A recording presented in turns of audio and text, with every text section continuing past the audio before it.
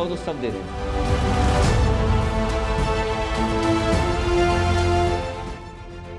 उत्तर प्रदेश में हुए लोकसभा चुनाव में मिली हार के बाद बीजेपी नेताओं की खींच उभर कर सामने आने लगी है।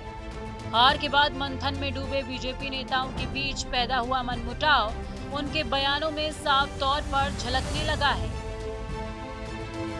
वहीं मौके की ताक में बैठा विपक्ष बीजेपी के इस हाल पर जमकर चुटकी ले रहा है।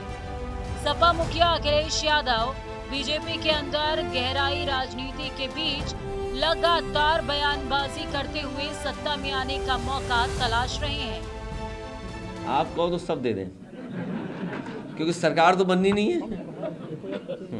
अच्छा, कोई सरकार बननी है बताओ, अगर आपकी इच्छा हो तो हम पूरी दे देंगे, जाइए। अखिलेश यादव ने सोशल मीडिया पर पोस्ट करते हुए यूपी के राजनीति में सनसनी मचा दी है। उन्होंने अपने ही अंदाज में बीजेपी के नेताओं को मानसून ऑफर दे दिया। अखिलेश यादव ने बिना किसी नेता का नाम लिए 100 लाओ सरकार बनाओ का ऑफर दिया है। हालांकि अखिलेश यादव ये ऑफर किसे दे रहे हैं, इसको लेकर के भी सियासी गलियारों में चर्चा तेज है। दरअसल अखिलेश यादव पहले भी इस तरह का ऑफर दे चुके हैं। उस समय अखिलेश यादव ने ऑफर दिया था कि अगर आपको सरकार बनाने का सपना पूरा करना है तो 100 विधायक तोड़कर लाएं, समाजवादी पार्टी समर्थन देगी। इस बयान के जरिए अखिलेश यादव ने केशव प्रसाद मौर्य को खुला ऑफर दिया था। हालांकि उन्होंने खुलकर केशव प्रसाद मौर्य का नाम नहीं लिया था। अब एक बार फिर उन्होंने ऑफर देकर उत्तर प्रदेश में सियासी भूचाल ला दिया है। लोकसभा चुनाव 2024 के बाद से उत्तर प्रदेश बीजेपी में लगातार विवाद गहराया हुआ है। प्रचंड जीत के साथ इतिहास बनाने का सपना देखने वाली बीजेपी को पूरा यकीन था कि उन्हें भगवान राम फिर से प्रचंड जीत दिलाएंगे। शायद इसी भरोसे के साथ बीजेपी चुनावी मंच से नारा लगा रही थी, जो राम को लाए हैं हम उनको लाएंगे। लेकिन जनता ने बीजेपी का सपना तोड़ दिया। लोकसभा चुनाव में जनता कमल की सुगंध लेकर साइकिल पर सवार होकर निकल गई। इससे साफ हो गया कि जनता ने बीजेपी के नारों और वादों पर सिरे से असहमति की मोहर लगाई है। पार्टी को चुनाव में मात्र 33 सीटों पर जीत मिली। वहीं विपक्षी गठबंधन INDIA ने 43 सीटों पर जीत दर्ज की। समाजवादी पार्टी यूपी की राजनीति में नंबर 1 बन गई है। पार्टी को 37 सीटों पर जीत मिली। सहयोगी कांग्रेस 6 सीटों पर जीत दर्ज करने में कामयाब हुई।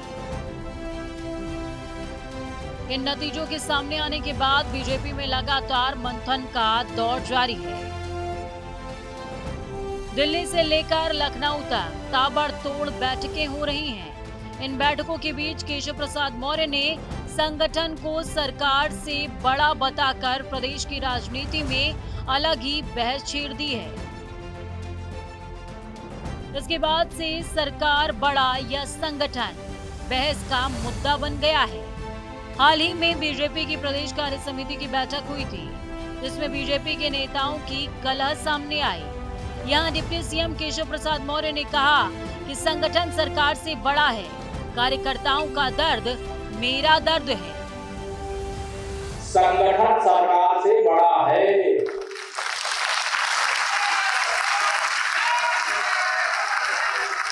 संगठन से बड़ा कोई नहीं होता है।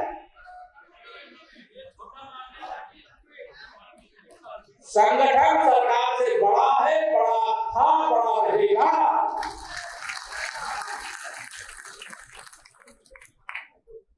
भारतीय जनता पार्टी के कार्यकर्ता के नाते यहां जितने भी मंत्री परिषद के सब हमारे वरिष्ठ साथी लोग भी बैठे हैं, सात कालिदास मार्ग का दरवाजा। वहीं मुख्यमंत्री योगी आदित्यनाथ ने केशव प्रसाद मौर्य का बयान आने के बाद कहा था कि अति आत्मविश्वास ने लोकसभा चुनावों में बीजेपी को नुकसान पहुंचाया। 2014 और उसके बाद के चुनावों में बीजेपी के पक्ष में जितने प्रतिशत वोट पड़े थे, बीजेपी 2024 में भी उतने ही वोट हासिल करने में सफल रही। लेकिन वोटों की शिफ्टिंग और अति आत्मविश्वास ने हमारी उम्मीदों को नुकसान पहुंचाया है। इन बयानों के बाद साफ हो गया कि बीजेपी के अंदर सब कुछ ठीक नहीं है। विपक्षी दल बीजेपी के अंदर बड़ी सियासी हलचल के बीच अपनी रणनीति को जमीन पर उतारने की कोशिश में जुट गए हैं।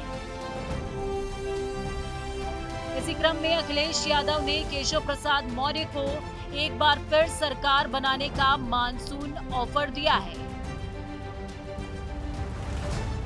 अखिलेश यादव के ऑफर के बाद सूबे में सियासी पारा हाई है।